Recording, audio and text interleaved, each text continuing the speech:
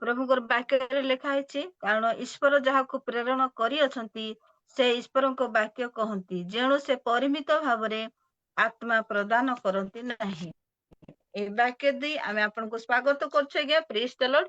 ଏହି ଆତ୍ମିକ ଆହାର ଦେବାକୁ ଆପଣ ଆଗେଇ ନିଅନ୍ତୁ। ପ୍ରେଜ୍ ଦ ଲର୍ଡ ଆଜ୍ଞା।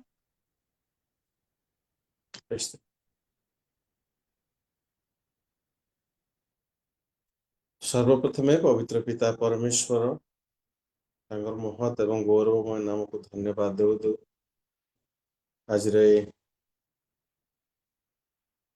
बाइबल स्टडी फेलोशिप सेवा उपासना रे उपस्थित समस्त को विशेष कर आयोजक आप महाशय को समस्त को प्रभु यीशु का नाम नमस्कार जनाउछि। नमस्कार।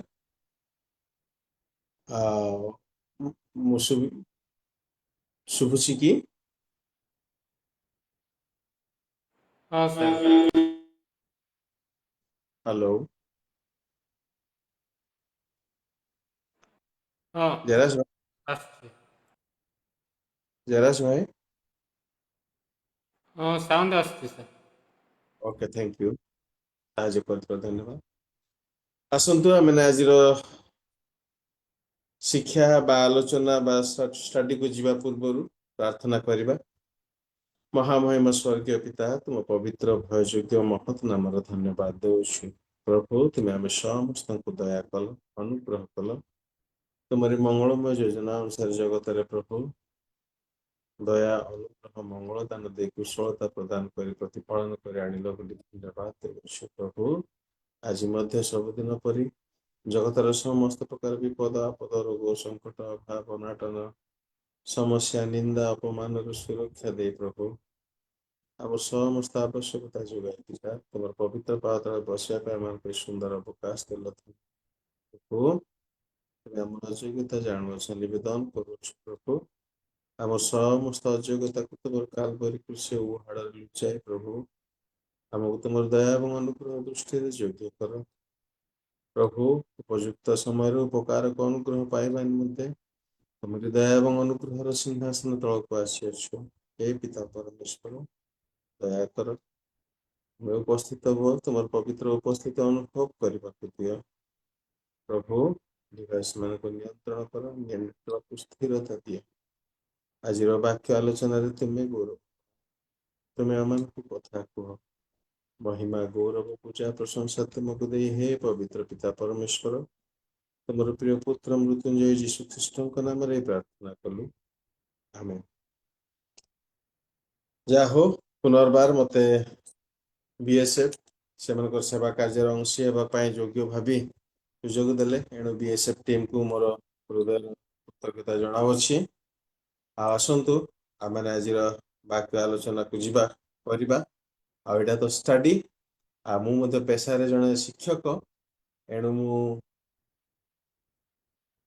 छात्र छात्री मान को पढ़ेला भाया एवं गोटे विषय को सोपान अनुसार क्रम अनुसार बुझेवा भाया चेष्टा करी। प्रभु आम सहवर्ती ही कथा कहतु एवं गौरव पातु समस्त महिमा आदर से पा। आज दिन शास्त्रांश जहाँ आम आलोचना निमंते नहीं अच्छु ताहा आपण माने पाइबे आदि पुस्तक 35 पर्व 1 रु 7 पर्यंत ताहा मु पाठ करुछि।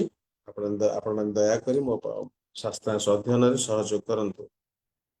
अनंतर परमेश्वर याकूबं को कहिले तुम्भे उठी बैथल को जाओ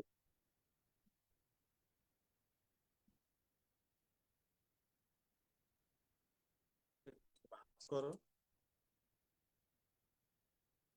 पुणी तुम्भ भ्राता ऐश्व सम्मुखर पलायबा समय जो परमेश्वर दर्शन देते ताहांको उद्देश्य यज्ञवेदी निर्माण कर। तहिरे याकूब अपना परिजन और संगी लोक मान कहले तुम्भ मान निकट में जे सबु विदेशीय देवता अछंती सेमानंकु दूर कर आपण मानंकु सूची कर पुणी आपण मानंक वस्त्र परिवर्तन कर पुणी आस आंभे माने उठी बैथल को जाऊ जो परमेश्वर मोर दुखर दिन में मो प्रार्थनार उत्तर देले और मोर गमनर पथरे मोर सहाय होइतिले ताहांको उद्देश्य मु सेई स्थान रे गोटे यज्ञवेदी निर्माण करिवि। तहिरे से माने आपणा मान निकटस्थ विदेशीय देवता और कर्णकुंडल सकल घेनी याकूबं को देले पुणी से ताहा सब नहीं सिक्किम निकटवर्ती आलन वृक्ष मूले लुचाई रखिले। ଏ ଉତ୍ତାରେ ସେମାନେ ଯାତ୍ରା କଲେ। ସେତେବେଳେ ଚତୁର୍ଦିଗସ୍ଥ ନଗରରେ ପରମେଶ୍ୱରଙ୍କ ଠାରୁ ଭୟ ଉପସ୍ଥିତ ହେବାରୁ ସେମାନେ ଯାକୁବଙ୍କର ପୁତ୍ରମାନଙ୍କୁ ଗୋଡ଼ାଇଲେ ନାହିଁ। ଅନନ୍ତର ଯାକୁବ ଓ ତାଙ୍କର ସଙ୍ଗୀ ସମୂହ କିଣାନ୍ ଦେଶସ୍ଥ ଲୁସ୍ରେ ଅର୍ଥାତ୍ ବୈଥଲରେ ଉପସ୍ଥିତ ହେଲେ। ସେଠାରେ ସେ ଏକ ଯଜ୍ଞବେଦୀ ନିର୍ମାଣ କରି ସେହି ସ୍ଥାନର ନାମ ଏଲ୍ ବୈଥଲ, ବୈଥଲର ପରମେଶ୍ୱର ରଖିଲେ। କାରଣ ଯାକୁବ ଭାତୃଭୟରେ ପଳାଇବା ସମୟ ବେଳେ ପରମେଶ୍ୱର ସେହି ସ୍ଥାନରେ ତାଙ୍କୁ ଦର୍ଶନ ଦେଇଥିଲେ। ପ୍ରଭୁ ଏ ପଠିତ ବାକ୍ୟରେ ଆମେ ସମସ୍ତଙ୍କୁ ଆଶୀର୍ବାଦ କରନ୍ତୁ।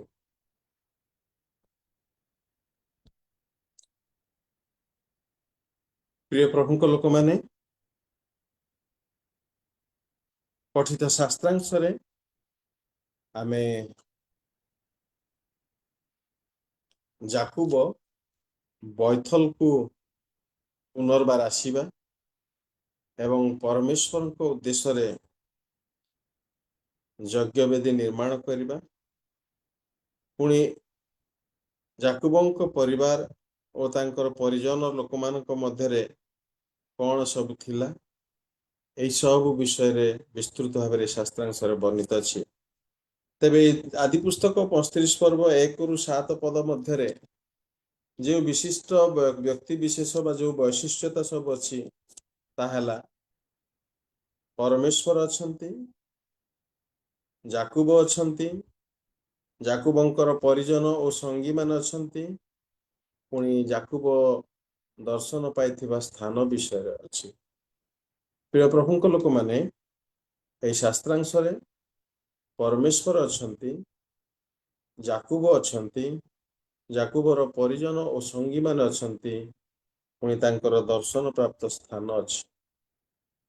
ପ୍ରଭୁ ଆମମାନଙ୍କୁ ଏହି ବିଷୟମାନଙ୍କରୁ ଆମମାନଙ୍କର ଆଧ୍ୟାତ୍ମିକ ଜୀବନର ଉପକାର ନିମନ୍ତେ, ଆତ୍ମିକ ଜୀବନରେ ବଳବାନ ହେବା ନିମନ୍ତେ, ଶିକ୍ଷା ପ୍ରାପ୍ତ ହୋଇ ଆଧ୍ୟାତ୍ମିକ ଭାବରେ ବୃଦ୍ଧିପ୍ରାପ୍ତ ନିମନ୍ତେ ବୁଝିବା ପାଇଁ ସାହାଯ୍ୟ କରନ୍ତୁ। ପ୍ରିୟ ପ୍ରଭୁଙ୍କ ଲୋକମାନେ, ଏହି ଶାସ୍ତ୍ରାଂଶରେ ଆମର ପ୍ରିୟ ପିତା ପରମେଶ୍ୱର ଅଛନ୍ତି। ଆପଣମାନେ ସମସ୍ତେ ଖ୍ରୀଷ୍ଟିଆନ ହୋଇଥିବାରୁ ପରମେଶ୍ୱରଙ୍କ ବିଷୟରେ ଆପଣମାନଙ୍କୁ ସ୍ମରଣ କରାଇବାକୁ ମୁଁ ଇଚ୍ଛା କରେ। କାରଣ ଯଦି ଆମେ ଅଣଖ୍ରୀଷ୍ଟିଆନ ହେଇଥାନ୍ତୁ, ତାହେଲେ ପରମେଶ୍ୱରଙ୍କର ବିଷୟରେ ଆମର ବୁଝିବାରେ ଟିକେ କଷ୍ଟ ହେଇଥାନ୍ତା। କିନ୍ତୁ ଯେହେତୁ ଆମେ ଆଜନ୍ମ ଖ୍ରୀଷ୍ଟିଆନ, ପୁଣି ପ୍ରତ୍ୟହ ସୁଯୋଗ ପାଇବା ମାତ୍ରେ ଆମେ ଧର୍ମଶାସ୍ତ୍ର ଅଧ୍ୟୟନ କରୁଛୁ, ଶ୍ରବଣ କରୁଛୁ, ଏଣୁ ପରମେଶ୍ୱରଙ୍କର ପରିଚୟ ବା ପରମେଶ୍ୱର ମନୁଷ୍ୟମାନଙ୍କ ପ୍ରତି କ'ଣ କ'ଣ ସବୁ ଯୋଜନା କରିଛନ୍ତି, ତାହା ଆମର ମାନସ ପଟରେ ଏବଂ ହୃଦୟରେ ଧୀରେ ଧୀରେ ଧୀରେ ଧୀରେ ପରମେଶ୍ୱରଙ୍କର ନାଁ ସ୍ମରଣରେ ନେଉ ନେଉ ଆସିଯାଏ। ପରମେଶ୍ୱର ଆପଣା ପ୍ରତିମୂର୍ତ୍ତିରେ ମନୁଷ୍ୟକୁ ସୃଷ୍ଟି କଲେ। ଆପଣ ପ୍ରତିମୂର୍ତ୍ତିରେ ଯେଉଁ ମନୁଷ୍ୟକୁ ସୃଷ୍ଟି କରିଛନ୍ତି, ତାଙ୍କ ନିମନ୍ତେ ସେ ପ୍ରେମ, ଅଭିଳାଷ, ଦାୟିତ୍ୱ ଆଉ ଇଚ୍ଛା ପୋଷଣ କରିଛନ୍ତି।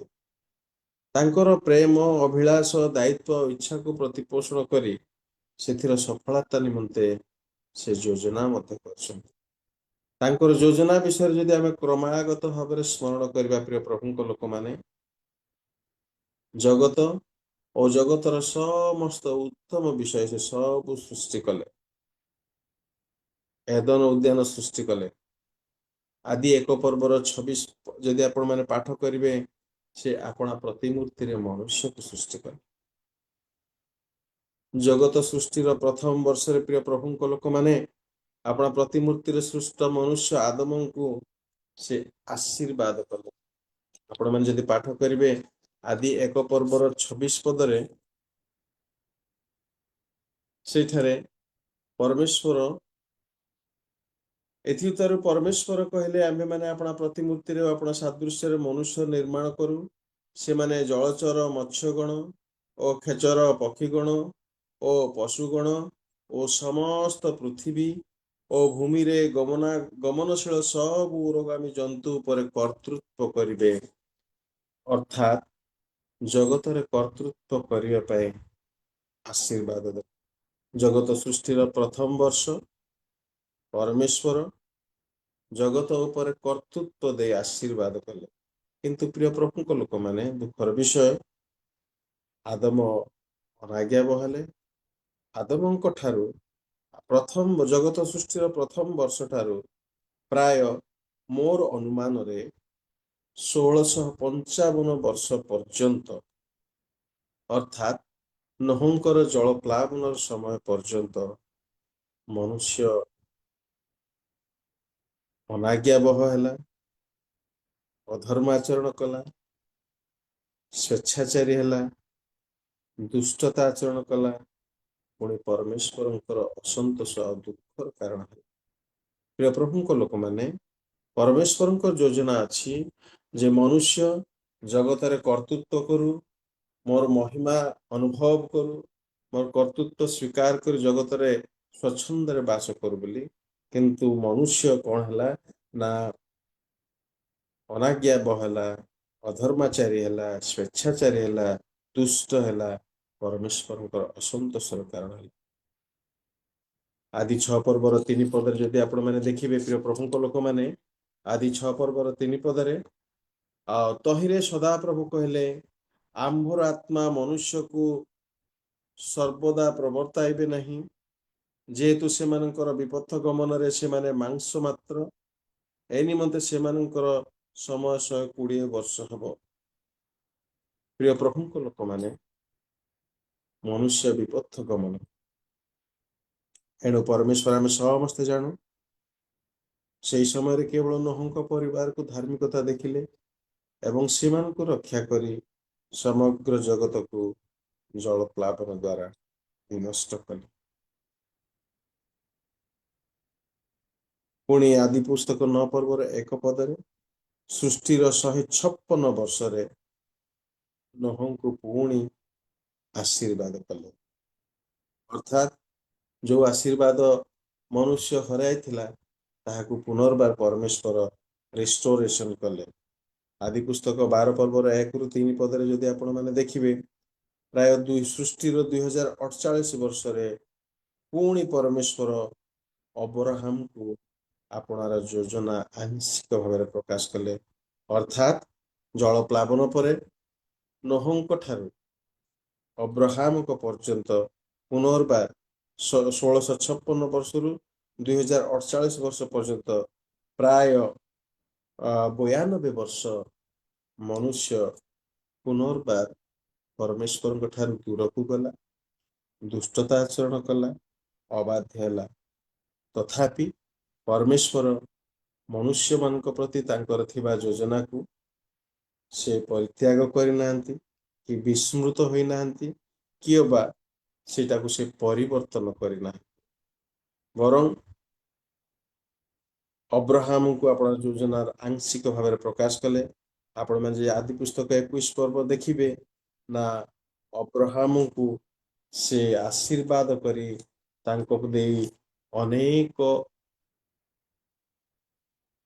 स्वर्गीय कार्य परमेश्वर जगत रे जहाँ सब योजना करे से सब करबा पय से अब्राहम को प्रकाश कले। प्रिय प्रभु को लोक माने अब्राहम को पर इसहाक जन्म हुए, इसहाक पर आदि पुस्तक 25 पर्वर 23 पदरे प्राय सृष्टिर 2088 वर्ष जाकुब जन्म द्वारा परमेश्वर तांकर योजना प्रकाश कले। आपण माने जदि अध्ययन करिवे आदि पुस्तक 25 मुझे स्पीड जाउची कारण आमे पृष्ठभूमि न जानी पारे परमेश्वर योजना तांकर दया तांकर अनुग्रह तांकर मंगल दान विषय अनुभव करि परिबा नाही।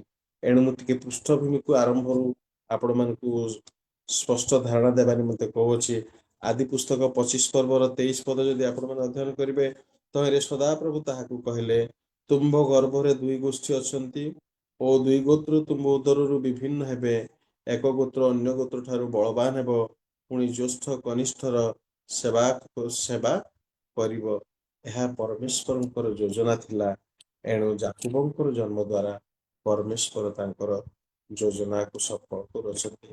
वर्तमान प्रिय प्रभु लोक माने परमेश्वर सृष्टिर आरंभरु जाकुबंक पर्यंत जहाँ जहाँ जहाँ करियछथि आमे सामान्य सम्यक धारणा पाइलु बा किंचित किंचित किंचित सूचना पाइलु। आज पठित शास्त्रांश रे आउ जने व्यक्ति विशेष अछंती जाकुब। प्रिय प्रभु लोक माने आदि पुस्तक 25 पर्वर 22 रु 28 पद पर्यंत जदि आपण माने पढ़िबे ताहले जाकुब परमेश्वरंकर योजना मध्यरे थिबा गोटे मनुष्य जे कि आओ इसहाकंक को गर्भ कूल जात हेले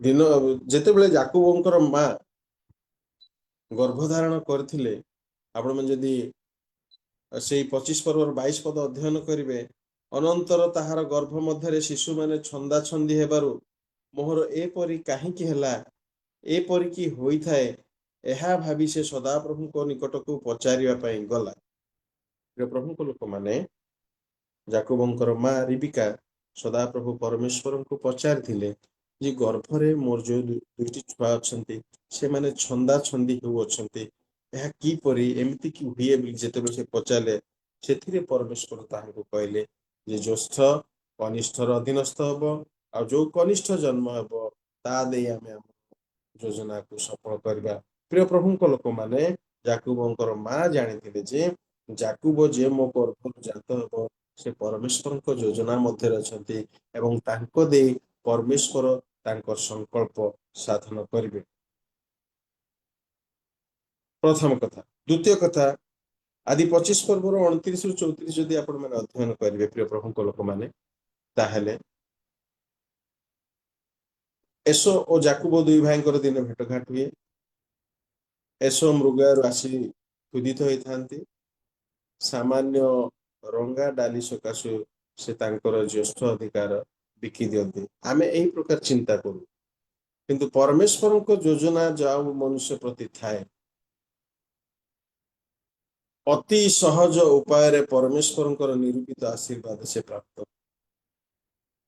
सामान्य रंगा डाली कहा पाई ज्येष्ठ अधिकार प्राप्त हेबार मूल्य की किंतु परमेश्वर योजना थिबारु जाकुब रंगा डाली दे ज्येष्ठ भ्राता एसों ठारू ज्येष्ठ अधिकार हासिल कले लाभ कले आदि पुस्तक 27 पर्व 1 रु 17 जदि आपण माने अध्ययन करबे सेही परि आपण पितांको द्वारा जो आशीर्वाद प्राप्त हेबा पई परमेश्वर योजना करथिले से आशीर्वाद मध्य से आपे आपे पाइगो से निजे कौन सी चेष्टा करनांती किंतु तांकर मां को दे परमेश्वर तांकर योजना सफल करूछंती प्रिय प्रभु लोक माने तांको मां को अंतर रे परमेश्वर कार्य करी मां को प्ररोचना रे तांको मां को दे जाकुबं को ऐश्वर्यिक आशीर्वाद अधिकारी कर देखंतु प्रिय प्रभु लोक माने मन रखिबा हमर आलोचना रे जे जाकुबंकर मां जानिथिले जाकुब परमेश्वरकर योजना मध्य रे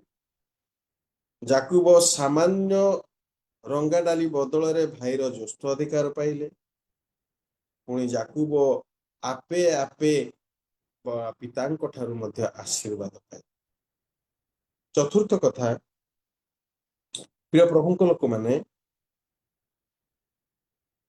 जाकुब इसहाक ठारू आशीर्वाद पाइबा बेले सामान्य भयग्रस्त हेले से आपण मां को कहउछंती मां बड़ भाई एसो तो लमस मनुष्य पिता जदि मते स्पर्श करने को इच्छा करेंगे ताले से जदि जानी जीवे जे मु एसो नुह मु जाकुब मु प्रवंचना करुछि तेबे पिता मते अभिशाप देबे सेते बेले रिबिका कहउछंती प्रिय प्रभु को लोक माने आदि पुस्तक 27 पर्व 13 पदरे कारण रिबिका दृढ़ निश्चित थिले जे जाकुब परमेश्वर को योजना मध्य अछंती परमेश्वर स्वयं ताकू कहिथिले एणु रिबिका सेठारे जाकुब को कहउछंती से अभिशाप पितांकर अभिशाप मो पर वर्तु से अभिशाप मुंडेबी मो पर अभिशाप वर्तिले वर्तु पछे तुम कौन कर मु रांधि देवा मांस को मेष मांस को नहीं मु एसो बोली कही तुम पिता इसहाक ठारू जो परमेश्वर आशीर्वाद अच्छी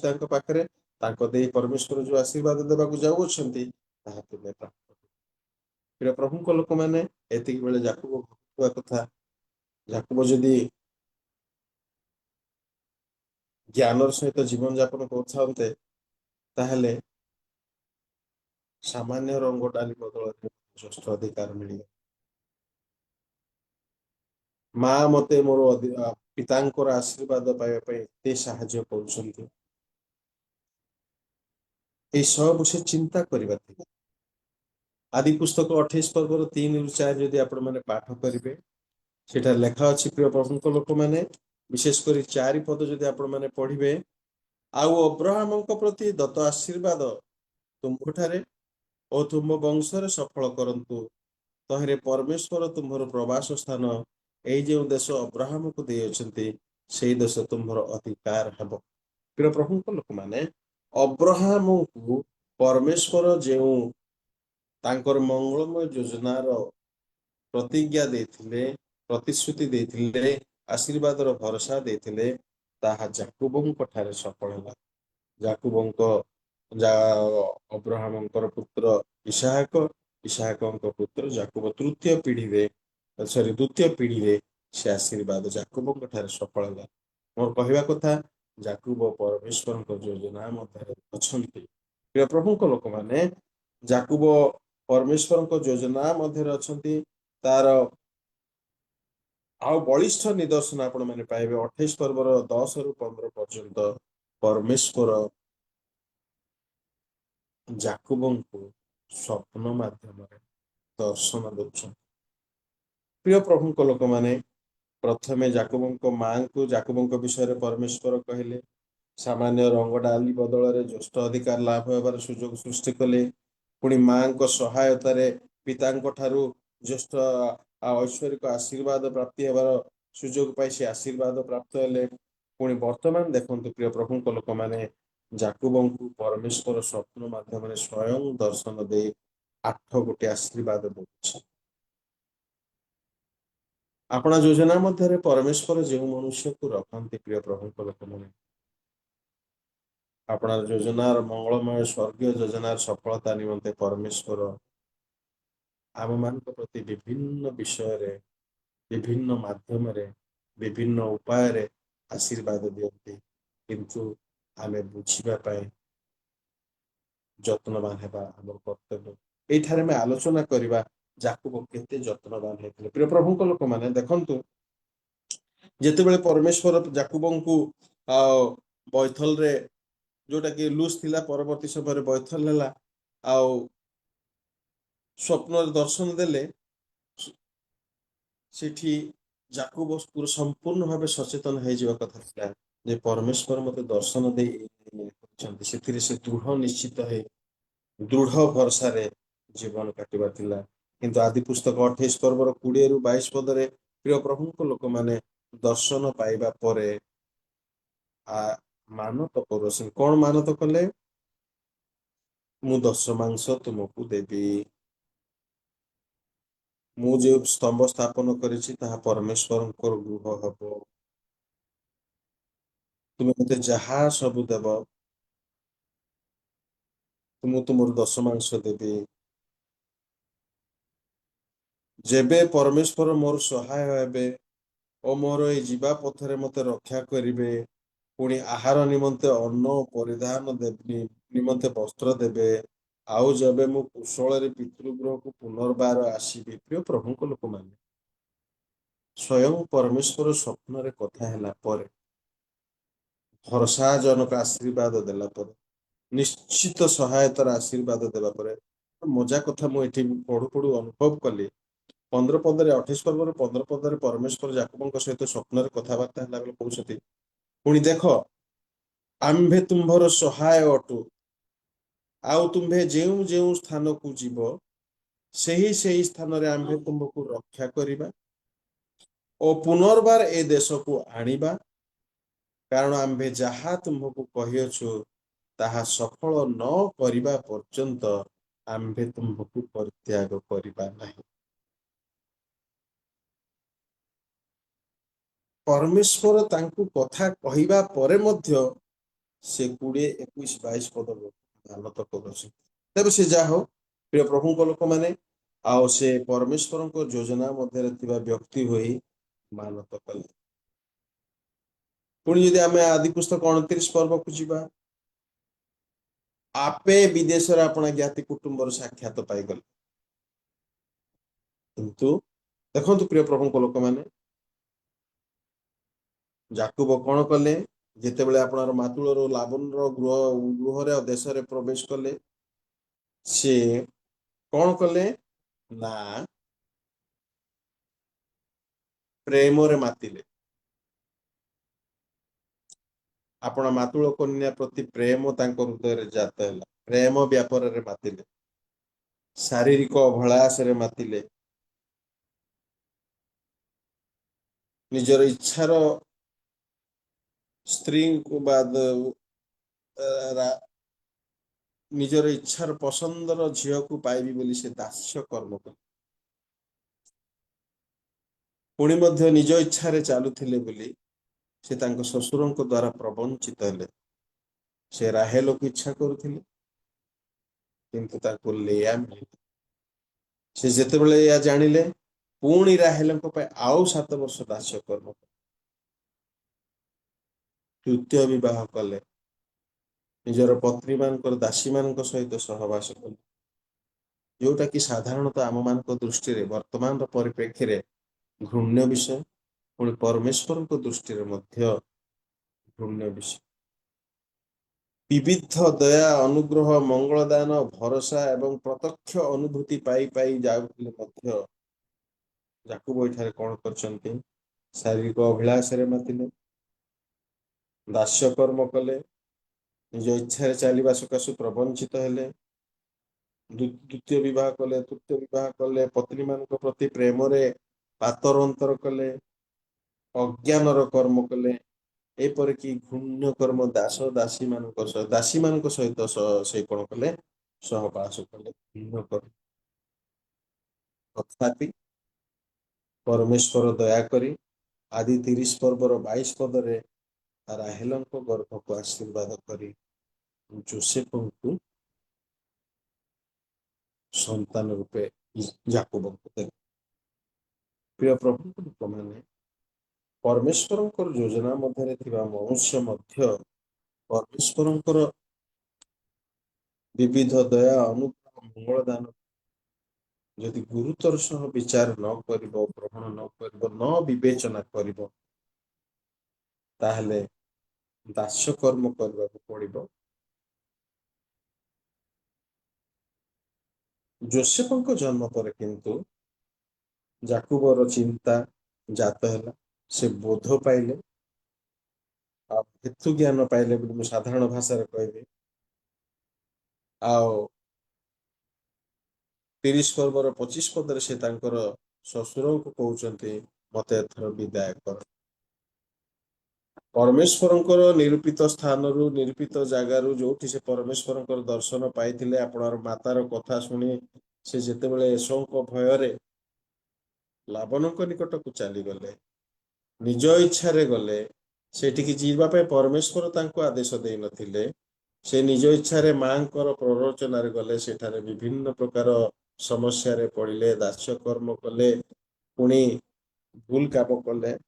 ତଥାପି ପରମେଶ୍ୱରଙ୍କ ଯୋଜନା ଭିତରେ, ତାଙ୍କର କାର୍ଯ୍ୟକ୍ରମ ଭିତରେ ସେ ଥିବାରୁ ପରମେଶ୍ୱର ତାଙ୍କ ଗର୍ଭରେ ରାହେଲଙ୍କୁ ଆଶୀର୍ବାଦ କରି ଯୋସେଫ ଦେଲା ପରେ ଯାକୋବଙ୍କର ଜ୍ଞାନ ଚକ୍ଷୁ ଉଦୟ ହେଉଛି, ଆଉ ସେ ସେଇଠୁ ଫେରି ଯିବାକୁ କଣ କଲେ ନା ତାଙ୍କର ଶ୍ୱଶୁର ଲାବଣଙ୍କୁ ଅନୁରୋଧ କଲେ।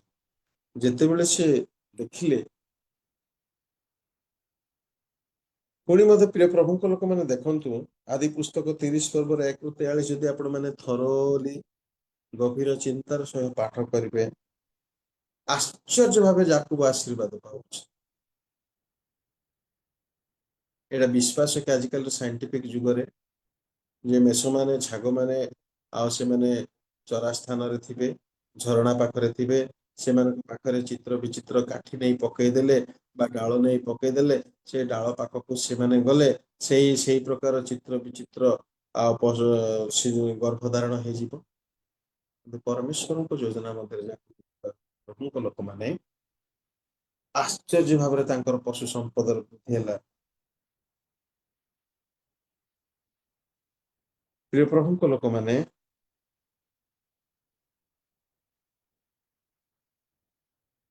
ଆଦି ପୁସ୍ତକ 28 ପର୍ବର 15 ପଦରେ 10 ରୁ 15 ପଦରେ ସ୍ୱପ୍ନରେ ଯାକୋବଙ୍କ ସହିତ କଥା ହେଇଥିବା ପରମେଶ୍ୱର ପୁନର୍ବାର ଆଦି ପୁସ୍ତକ 31 ପର୍ବର 3 ପଦରେ ପୁଣି କଥା ହଉଛନ୍ତି। ଆପଣ ମାନେ ଯଦି ପାଠ କରିବେ, ଆମେ ଯଦି ପାଠ କରିବା ଜାଣିବା, ଅନନ୍ତର ସଦାପ୍ରଭୁ ଯାକୁବଙ୍କୁ କହିଲେ, ତୁମ୍ଭେ ଆପଣ ପୈତୃକ ଦେଶର ଜ୍ଞାତି ମାନଙ୍କ ନିକଟକୁ ଫେରିଯାଅ, ଆମ୍ଭେ ତୁମ୍ଭର ସହବର୍ତ୍ତୀ ହେବା। ଦୀର୍ଘ ଦିନ ପରେ ଯାକୁବ ପ୍ରାୟ 20 ବର୍ଷ ତ ବୋଲି ଶାସ୍ତ୍ର ପ୍ରମାଣ କରୁଛି ଯେ 20 ବର୍ଷ ତାଙ୍କ ଯାକୁବ ନିଜ ମୁଖରେ କହୁଛନ୍ତି 20 ବର୍ଷ ମୁଁ ତୁମର ଦାସ୍ୟ କର୍ମ ବୋଲି କଲି ବୋଲି। ଏଣୁ 20 ବର୍ଷ ପର୍ଯ୍ୟନ୍ତ ପରମେଶ୍ୱରଙ୍କର ଯୋଜନାକୁ ବୁଝିବାରେ ମୋ ଚିନ୍ତା ଅନୁସାରେ ଯାକୁବ ଅବହେଳା କଲେ। ଏଣୁ ପୁଣି ଦର୍ଶନ ଦେଇ ତାଙ୍କର ଯୋଜନା ସ୍ମରଣ କରାଇଲେ। 31 ପର୍ବର 11 ରୁ 13 ଯଦି ଆମେ ପାଠ କରିବା, ସେତେବେଳେ ପରମେଶ୍ୱରଙ୍କ ଦୂତ ସ୍ୱପ୍ନରେ ମତେ ଯାକୁବ ବୋଲି ଡାକନ୍ତେ, ମୁଁ କହିଲି ଦେଖନ୍ତୁ ମୁଁ ଏଠାରେ ଅଛି। ତହିଁରେ ସେ କହିଲେ, ଏବେ ଅନାଇ ଦେଖ, ପଲ ସଙ୍ଗମକାରୀ ସମସ୍ତ ଛାଗଳ ରେଖାଙ୍କିତ ଚିତ୍ର ବିଚିତ୍ର ବିନ୍ଦୁ ଚିହ୍ନିତ, ଯେହେତୁ ତୁମ୍ଭ ପ୍ରତି ଲାବଣ ଯେ ରୂପ ବ୍ୟବହାର କରେ ଆମ୍ଭେ ତାହା ଦେଖିଲୁ। ଯେଉଁଠାରେ ତୁମ୍ଭେ ଗୋଟେ ସ୍ତମ୍ଭ ଅଭିଷେକ କରିଅଛ ଓ ଆମ୍ଭ ନିକଟରେ ମାନତ କରିଅଛ, ସେଇ ବୈଥଲର ପରମେଶ୍ୱର ଆମ୍ଭେ। ଏବେ ଉଠି ଏହି ଦେଶ ପରିତ୍ୟାଗ କରି ଆପଣ ଜ୍ଞାତିମାନଙ୍କ ଦେଶକୁ ଫେରିଯାଅ। ଦ୍ୱିତୀୟ ବାର ପୁନର୍ବାର ପରମେଶ୍ୱର ଯାକୁବଙ୍କୁ କହୁଛନ୍ତି ତାଙ୍କ ଦୂତ ମାଧ୍ୟମରେ ଯେ ତୁମେ ଫେରିଯାଅ। କିନ୍ତୁ 31 ପର୍ବର 21 ପଦରେ ଯାକୁବ କୋଉ ପଟେ ଯାଉଛନ୍ତି? ଏହି ପ୍ରକାର ସେ ଆପଣ ସର୍ବସ୍ୱ ଘେନି ପଳାୟନ କରି କଲା, ପୁଣି ଉଠି ଫରାତ ନଦୀ ପାର ହୋଇ ଗିଲିୟତ ପର୍ବତ ଆଡେ ଦୃଷ୍ଟି କଲା। ପ୍ରିୟ ପ୍ରଭୁଙ୍କ ଲୋକମାନେ, ସେ ବୈଥଲକୁ ଯିବା କଥା। ପରମେଶ୍ୱର ତାଙ୍କୁ କହିଲେ ଯେ ତୁମର ଜ୍ଞାତି କୁଟୁମ୍ବ ଲୋକମାନଙ୍କର ବୈଥଲକୁ ତୁମେ ଯାଅ। ବର୍ତ୍ତମାନ ସେ ଉଠିକି କଣ ନା ଗିଲିୟତ ପର୍ବତ ଆଡେ ଦୃଷ୍ଟି କରି ଚାଲୁଛି। ପ୍ରିୟ ପ୍ରଭୁଙ୍କ ଲୋକମାନେ,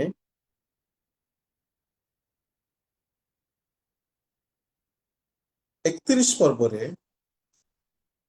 ନିଜେ ଯାକୁବଙ୍କର ଶ୍ୱଶୁର ଲାବନ ଯାକୁବଙ୍କୁ କହୁଛନ୍ତି, ଜୋଇଁ ବା ଯାକୁବ, ନହେଲେ ହେ ଯାକୁବ, ତୁମର ପରମେଶ୍ୱର ତୁମର ସପକ୍ଷରେ ଅଛନ୍ତି।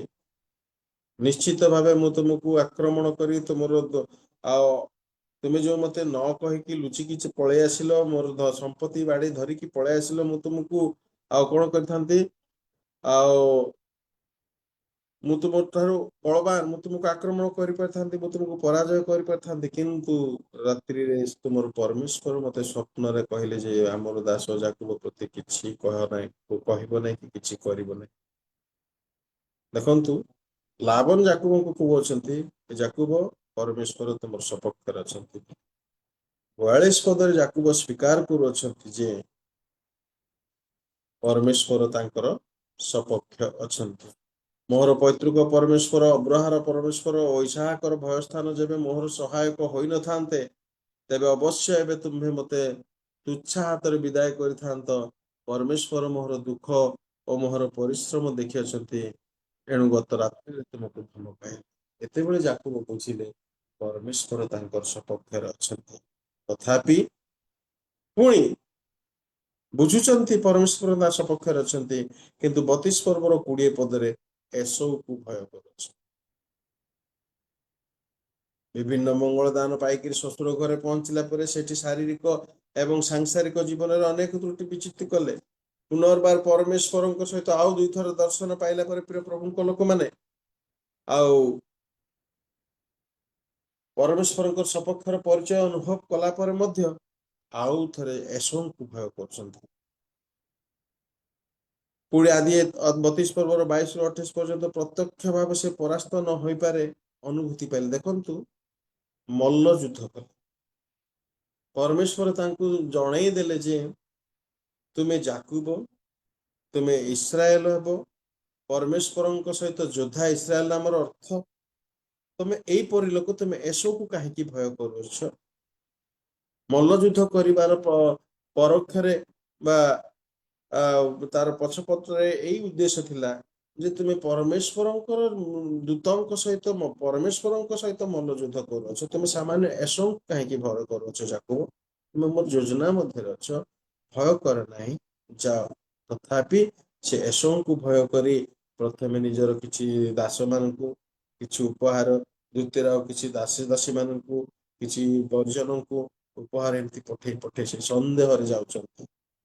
ହେତୁ ବିବିଧ ଦୟା ଅନୁଗ୍ରହ ମଙ୍ଗଳ ଦାନ ପାଉଥିବା ହେତୁ ପ୍ରିୟ ପ୍ରଭୁଙ୍କ ଲୋକମାନେ, ଆଦି ପୁସ୍ତକ 34 ଅଧ୍ୟାୟକୁ ଆସିଲା ବେଳକୁ ଯାକୁବଙ୍କର ଏକମାତ୍ର କନ୍ୟା ଦିନା ଅପବିତ୍ର ହେଇଗଲା। ତାଙ୍କର ପୁତ୍ର ମାନେ ଏବେ ନର ହତ୍ୟାକାରୀ ଆଉ ଲୁଣ୍ଠନକାରୀ ହେଇଗଲେ। ଯାକୁବ ମଧ୍ୟ ଭୟ ଆଉ ଶଙ୍କାଗ୍ରସ୍ତ ମନୁଷ୍ୟ। ଯାକୁବଙ୍କୁ ପରମେଶ୍ୱର ନିଜେ ଦର୍ଶନ ଦେଇ ତୁମେ ଯୋଉଠିକି ଯିବ ଆମେ ସେଇଠିକି ଆସିବୁ, ତୁମେ ଯାହା କରିବ ଆମେ ତୁମ ସପକ୍ଷ ହେବୁ, ଆମେ ତୁମକୁ କଦାପି ପରିତ୍ୟାଗ କରିବୁ ନାହିଁ, ତୁମ ଦେଇ ଆମେ ଏଇ ଅନେକ ମଙ୍ଗଳର କାର୍ଯ୍ୟ କରିବୁ, ଆଶ୍ଚର୍ଯ୍ୟ କାର୍ଯ୍ୟ କରିବୁ ବୋଲି ପରିଚୟ ଦେଲେ। ସେଇ ଯାକୁବ କଣ ହେଲେ, ବର୍ତ୍ତମାନ ଭୟ ଆଉ ଶଙ୍କାଗ୍ରସ୍ତ ହେଇଗଲେ। ପରମେଶ୍ୱରଙ୍କର ଦର୍ଶନ, ଦୟା, ଆଶ୍ଚର୍ଯ୍ୟ କର୍ମ, ଭରସା ଓ ଆଶ୍ବାସନା ତାଙ୍କର ଆଶ୍ଵରା ହେଇଗଲା। ଆପଣ ମାନେ ଆଦି ପୁସ୍ତକ 34 ପର୍ବର 30 ପଦ ଯଦି ପାଠ କରିବେ, ଆଦି ପୁସ୍ତକ 34 ପର୍ବର 30 ପଦ ଯଦି ପାଠ କରିବେ, ତହୁଁ ଯାକୁବ ସିମିଓନ ଓ ଲେବିକି କହିଲା, ତାଙ୍କର ଦୁଇ ପୁତ୍ରଙ୍କୁ ଡାକି କହିଲା, ତୁମ୍ଭେମାନେ ଏ ଦେଶରେ ଅର୍ଥାତ୍ କିଣାନୀୟ ଓ ପିରିଜୀୟ ଲୋକମାନଙ୍କ ନିକଟରେ ମତେ ଦୁର୍ଗନ୍ଧ ସ୍ୱରୂପ କରି ବ୍ୟାକୁଳ କଲ। ମୋହର ଲୋକ ଅଳ୍ପ, ଏଣୁକରି ସେମାନେ ମୋ ବିରୁଦ୍ଧରେ ଏକତ୍ର ହୋଇ ମତେ ବଦ୍ଧ କରିବେ, ତହିଁରେ ସପରିବାରରେ ବିନଷ୍ଟ ହେବେ। ପ୍ରଭୁଙ୍କ ଲୋକମାନେ, ଯାକୁବଙ୍କର ଏଇ ଉକ୍ତିରୁ ଆପଣ ମାନେ କି ଅନୁଭବ କରୁନାହାନ୍ତି କି ଯାକୁବ ପରମେଶ୍ୱରଙ୍କର ଆଶ୍ବାସନାକୁ, ଭରସାକୁ, ଆଶୀର୍ବାଦକୁ ପାଶୋରି ଯାଇଛି ବୋଲି, ପାଶୋରା ହେଉଛି ବୋଲି। ପରମେଶ୍ୱରଙ୍କର ଯୋଜନା ମଧ୍ୟରେ ଥିବା ଲୋକ ସେ କିପରି এই ପ୍ରକାର କଥା କହିପାରୁଛନ୍ତି? ପରମେଶ୍ୱରଙ୍କ ଯୋଜନା, ମଙ୍ଗଳମୟ ଯୋଜନା ମଧ୍ୟରେ ଯାକୁବ ଥିଲେ। ଯାକୁବ ଗର୍ଭରୁ ଏଇ 34 ପର୍ବର 29 ପଦ ପର୍ଯ୍ୟନ୍ତ ପରମେଶ୍ୱରଙ୍କର ଦର୍ଶନ ପାଉଥିଲେ, ପରମେଶ୍ୱରଙ୍କର ମଙ୍ଗଳ ଦାନ ପାଉଥିଲେ, ପରମେଶ୍ୱରଙ୍କର ସୁରକ୍ଷା ଗଡ଼ ମଧ୍ୟରେ ରହୁଥିଲେ, ଅନେକ ଆଶୀର୍ବାଦ ପାଇଥିଲେ, ପରମେଶ୍ୱରଙ୍କ ସହ କଥୋପକଥନ କରୁଥିଲେ, ପରମେଶ୍ୱରଙ୍କ ଠାରୁ ଭରସା ପାଇଥିଲେ, ପରମେଶ୍ୱରଙ୍କର ଅଭିମତ ଜାଣିବାର ଆଶୀର୍ବାଦ ଅନୁଭବ କରୁଥିଲେ, ବ୍ୟକ୍ତିଗତ ଭାବେ, ପାରିବାରିକ ଭାବେ, ସାମାଜିକ ଭାବେ, ଆଧ୍ୟାତ୍ମିକ ଭାବେ ଆଶୀର୍ବାଦ ଲାଭ କରିଥିଲେ। ତଥାପି ପରମେଶ୍ୱରଙ୍କର ପ୍ରେମ, ଦୟା, ଅନୁଗ୍ରହ ଓ ଯୋଜନା ପ୍ରତି ଗାମ୍ଭୀର୍ଯ୍ୟ ବା ଗୁରୁତ୍ୱ ତାଙ୍କର ଉଣା ପଡୁଥିଲା। ଫଳରେ ଜାଗତିକ ଶାରୀରିକ କାମନା ଲାଳସା ସକାଶେ ଦାସକର୍ମ କଲା, ଭୟଗ୍ରସ୍ତ ହେଲା, ମାନତ ଓ ନିଜର ଆଧ୍ୟାତ୍ମିକ ଯୋଜନା ପାଶୋରି ଗଲା ବା ପୂରଣ କରିବାରେ ବିଳମ୍ବ କଲା। ପରିବାର ପରିଜନ ଆତ୍ମିକ ଜୀବନ ଗଠନରେ ଯତ୍ନ ଦେଇ ପାରିଲା ନାହିଁ। ସ୍ତ୍ରୀ ମାନେ ଦେବାଦେବୀ ପ୍ରତି ଆସକ୍ତ ହେଲେ, ପୁତ୍ର କନ୍ୟା ମାନେ ଉଶୃଙ୍ଖଳ ହେଇଗଲେ, ସେ ଏଣେ ତେଣେ ବୁଲିଲା। ଏଣୁ ପୁନର୍ବାର ପରମେଶ୍ୱର, ଆଜିର ଆମର ଆଲୋଚନାର ଶାସ୍ତ୍ରାଂଶକୁ ଆସିବା, ଆମେ ପୁନର୍ବାର ପରମେଶ୍ୱର ଆଦି 35 ପର୍ବର 1ରୁ 7ରେ ଯାକୁବଙ୍କୁ ଅନନ୍ତର ଶବ୍ଦ ଲେଖା ହେଇଛି। ଅନନ୍ତର ଶବ୍ଦର ଅର୍ଥ ଅଛି এই ସମସ୍ତ ଘଟଣା ପରେ ବା ତାପରେ ପୁଣି ମଧ୍ୟ ଇତ୍ୟାଦି ଇତ୍ୟାଦି ଅର୍ଥ। ଅନନ୍ତର ପରମେଶ୍ୱର ଯାକବଙ୍କୁ କହିଲେ, এই ସବୁ ଘଟଣା ଘଟିଲା ପରେ, ଘଟିବାରୁ, ଘଟୁଥିବା ସକାଶୁ ପରମେଶ୍ୱର ଯାକବଙ୍କୁ କହିଲେ କଣ? ବୈଥଲକୁ ଯାଅ, ସେଠାରେ ବାସ କର, ଯଜ୍ଞ ବେଦୀ ନିର୍ମାଣ କର। ଆଦି 28ରେ ସ୍ୱପ୍ନରେ କହିଥିବା ପରମେଶ୍ୱର 35 ପର୍ବରେ କଥା ହେଲେ। ପ୍ରିୟ ପ୍ରଭୁଙ୍କ ଲୋକମାନେ, ଆପଣା ଯୋଜନାର ପରିଧି ମଧ୍ୟରେ ଥିବା ମନୁଷ୍ୟ ପରମେଶ୍ୱରଙ୍କ ଯୋଜନାକୁ ବୁଝିବାରେ ଯେତେବେଳେ ବିଳମ୍ବ କରେ, ପରମେଶ୍ୱର ନିଜେ କଥା ହୁଅନ୍ତି। ପରମେଶ୍ୱର ମଧ୍ୟ 28ରେ ପରିଚୟ ଦେଇ ନିଜର ଯୋଜନା କହି ଭରସା ଦେଇ ପୁଣି ନିଶ୍ଚିତ ଯୋଜନା ସଫଳର ସଂକଳ୍ପ କଥା କହିଥିବା ପରମେଶ୍ୱର ଆଦି 35 ପର୍ବରେ କହିଲେ, ପରମେଶ୍ୱରଙ୍କର ନିରୂପିତ ସ୍ଥାନକୁ ଯାଅ, ମାନତ ପୂର୍ଣ୍ଣ କର, ପରିବାର ସଜାଡ, ଆଶୀର୍ବାଦ ପ୍ରାପ୍ତ ହୁଅ। ପ୍ରିୟ ପ୍ରଭୁଙ୍କ ଲୋକମାନେ, ଆଦି 28ର 15ରେ ପରମେଶ୍ୱରଙ୍କର ତାଙ୍କର ଯୋଜନା ନିରୂପଣ ଆଉ ସଫଳ କରିଛନ୍ତି। ପ୍ରିୟ ପ୍ରଭୁଙ୍କ ଲୋକ, ଏଇ ତ ଥିଲା ପୁରାତନ ନିୟମର ଯାକୁବଙ୍କର ଘଟଣାବଳୀ। ଆମର ଏଇ ଆଜିର ଆଲୋଚନାର ଶାସ୍ତ୍ରାଂଶରେ ଅଛନ୍ତି ପରମେଶ୍ୱର, ଯାକୁବ, ଜାକୁବର ପରିଜନ। ବର୍ତ୍ତମାନ ଜାକୁବଙ୍କର ପରିଜନ ଦେଖନ୍ତୁ, ଜାକୁବଙ୍କର ସ୍ତ୍ରୀ ମାନେ ଅଛନ୍ତି, ସେମାନେ ଦେବାଦେବୀ ପ୍ରତି ଆସକ୍ତ ହେଇଛନ୍ତି। ଜାକୁବ ନିଜର ମାନତ ପାଶୋରି ଯାଇଅଛନ୍ତି। ଜାକୁବ ପରମେଶ୍ୱରଙ୍କୁ ଦଶମାଂଶ ଦେବା ପାଇଁ ଚିନ୍ତା କରିଥିଲେ, ତାହା ଦେଇପାରୁନାହାନ୍ତି। ଏଇ ସବୁ ବିଷୟରେ ଆମେ ଯୋଉ ଆଜିର ବିଷୟରେ ଜାଣିଲୁ, ଆମର ବର୍ତ୍ତମାନ ଜୀବନରେ, ଆଧ୍ୟାତ୍ମିକ ଜୀବନରେ ଆର ପ୍ରାସଙ୍ଗିକତା କଣ? ଆଜି ଯୋଉ ଆମେ ଏଇ ଶାସ୍ତ୍ରାଂଶ ଆଲୋଚନା କରୁଛୁ, ଆର ପ୍ରାସଙ୍ଗିକତା କଣ? ପ୍ରିୟ ପ୍ରଭୁଙ୍କ ଲୋକମାନେ, ଜାକୁବ ପରମେଶ୍ୱରଙ୍କର ଯୋଜନାଭୁକ୍ତ ଥିଲେ, ସତ୍ୟ କଥା। ଆମେମାନେ ମଧ୍ୟ ଏଫେସୀୟ 1 ପର୍ବ ତାର 4-5 ଅନୁସାରେ, ପ୍ରିୟ ପ୍ରଭୁଙ୍କ ଲୋକମାନେ, ଜଗତର ପତନ ପୂର୍ବେ ଆମେ ମଧ୍ୟ ମନୋନୀତ। ଆମେ ଟିକେ ଅଧ୍ୟୟନ କରିବା କି ଏଫେସୀୟ 1 ପର୍ବ 4-5 ପଢୁଛି। ଅର୍ଥାତ୍ ଆମ୍ଭେମାନେ ଯେପରି ତାହାଙ୍କ ସାକ୍ଷାତରେ ପବିତ୍ର ଓ ଅନିନ୍ଦନୀୟ ହେଉ, ଏଥିପାଇଁ ସେ ଜଗତର ପତନ ପୂର୍ବେ ତାହାଙ୍କ ଠାରେ ଆମ୍ଭମାନଙ୍କୁ ମନୋନୀତ କଲେ। ଜାକୁବଙ୍କୁ ଯେପରି ମାତାର ଉଦରରୁ ପ୍ରିୟ ପ୍ରଭୁଙ୍କ ଲୋକମାନେ ମନୋନୀତ କରିଛନ୍ତି, ଆମକୁ ମଧ୍ୟ ଜଗତର ପତନ ପୂର୍ବେ ପରମେଶ୍ୱର ଆମମାନଙ୍କୁ ମନୋନୀତ କରିଛନ୍ତି। ପୁଣି ସେ ଆମ୍ଭମାନଙ୍କୁ ଯୀଶୁ ଖ୍ରୀଷ୍ଟଙ୍କ ଦ୍ୱାରା ଆପଣା ନିମନ୍ତେ ପୁତ୍ର କରିବାକୁ ଆପଣା ସ୍ୱଚ୍ଛନ୍ଦ ଇଚ୍ଛା ଅନୁସାରେ ଆମ୍ଭମାନଙ୍କୁ ପ୍ରେମରେ ପୂର୍ବରୁ ନିରୂପଣ କଲେ। ପ୍ରିୟ ପ୍ରଭୁଙ୍କ ଲୋକମାନେ, ଜାକୁବ ପରମେଶ୍ୱରଙ୍କର ଯୋଜନା ମଧ୍ୟରେ ଥିବା ମନୁଷ୍ୟ ଥିଲା ସେତେବେଳେ। ବର୍ତ୍ତମାନ ଆମେ ପରମେଶ୍ୱରଙ୍କର ସ୍ୱଚ୍ଛନ୍ଦ ଇଚ୍ଛା ଅନୁସାରେ ପ୍ରେମରେ ନିରୂପିତ ମନୁଷ୍ୟମାନେ। ପ୍ରଥମ କଥା। ଦ୍ୱିତୀୟ କଥା, ଜାକୁବ କନିଷ୍ଠ ଥିଲା, କିନ୍ତୁ ଜ୍ୟେଷ୍ଠର ଅଧିକାର ଓ କର୍ତ୍ତାପଣ ପାଇଥିଲା। ପ୍ରିୟ ପ୍ରଭୁଙ୍କ ଲୋକମାନେ, ପ୍ରଥମ ପିତର 2 ପର୍ବର 9 ପଦ ଯଦି ଆପଣମାନେ ପଢିବେ, ପ୍ରଥମ ପିତର 2 ପର୍ବର 9 ପଦ ଯଦି ଆପଣମାନେ ପଢିବେ, ସେଠାରେ ଏ ପ୍ରକାର ଲେଖା ଅଛି,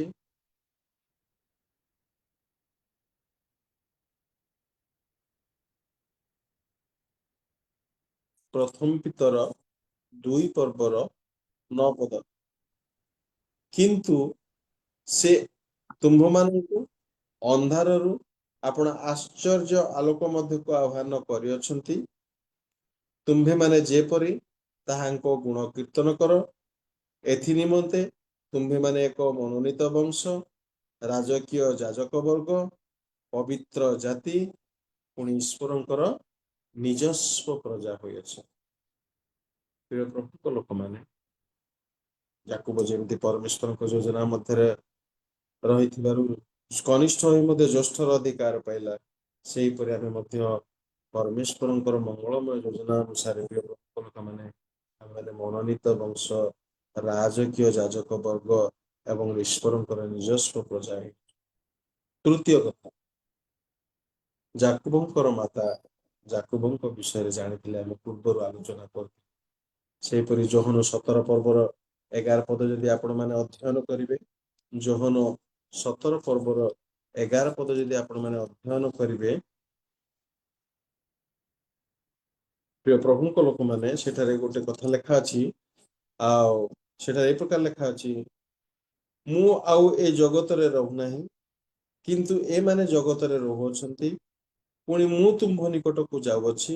ପବିତ୍ର ପିତ, ତୁମ୍ଭ ନାମରେ ସେମାନଙ୍କୁ ରକ୍ଷା କର, ଯେଉଁ ନାମ ତୁମ୍ଭେ ମତେ ଦେଇଅଛ, ଯେପରି ଆମେମାନେ ସେ ପ୍ରକାର ଏକ, ସେମାନେ ସେ ପ୍ରକାର ଏକ ନୁହନ୍ତି। ଯାହା ଯାହା 10 ପଦ, ଯାହା ଯାହା ମୋହର ସେଇ ସବୁ ତୁମ୍ଭର, ପୁଣି ଯାହା ଯାହା ତୁମ୍ଭର ସେଇ ସବୁ ମୋହର, ଆଉ ମୁଁ ସେମାନଙ୍କ ଠାରେ ମହିମାନ୍ୱିତ ହୋଇଅଛି। 9 ପଦ, ମୁଁ ସେମାନଙ୍କ ନିମନ୍ତେ ପ୍ରାର୍ଥନା କରୁଅଛି, ଜଗତ ନିମନ୍ତେ ପ୍ରାର୍ଥନା କରୁନାହିଁ, କିନ୍ତୁ ତୁମ୍ଭେ ମତେ ଯେଉଁମାନଙ୍କୁ ଦେଇଅଛ ସେମାନଙ୍କ ନିମନ୍ତେ ପ୍ରାର୍ଥନା କରୁଅଛି। ପ୍ରିୟ ପ୍ରଭୁଙ୍କ ଲୋକମାନେ, ଆମମାନଙ୍କ ନିମନ୍ତେ ଯୀଶୁଖ୍ରୀଷ୍ଟ ଆମ ପ୍ରତି ପରମେଶ୍ୱରଙ୍କ ଯୋଜନା ବିଷୟରେ ଜାଣିଅଛନ୍ତି, ଆଉ ସେ ଆମକୁ ପ୍ରାଣ ଦେଇ କିଣି ଅଛନ୍ତି। ଜାକୁବଙ୍କର ମାତା ଜାକୁବଙ୍କ ନିମନ୍ତେ ଅଭିଶାପ ନେବାକୁ ଇଚ୍ଛା କରିଥିଲେ, କିନ୍ତୁ ଯୀଶୁ ଖ୍ରୀଷ୍ଟ ଆମମାନଙ୍କ ନିମନ୍ତେ ପ୍ରାଣ ଦେଇ ଆମମାନଙ୍କୁ କିଣି ଅଛନ୍ତି।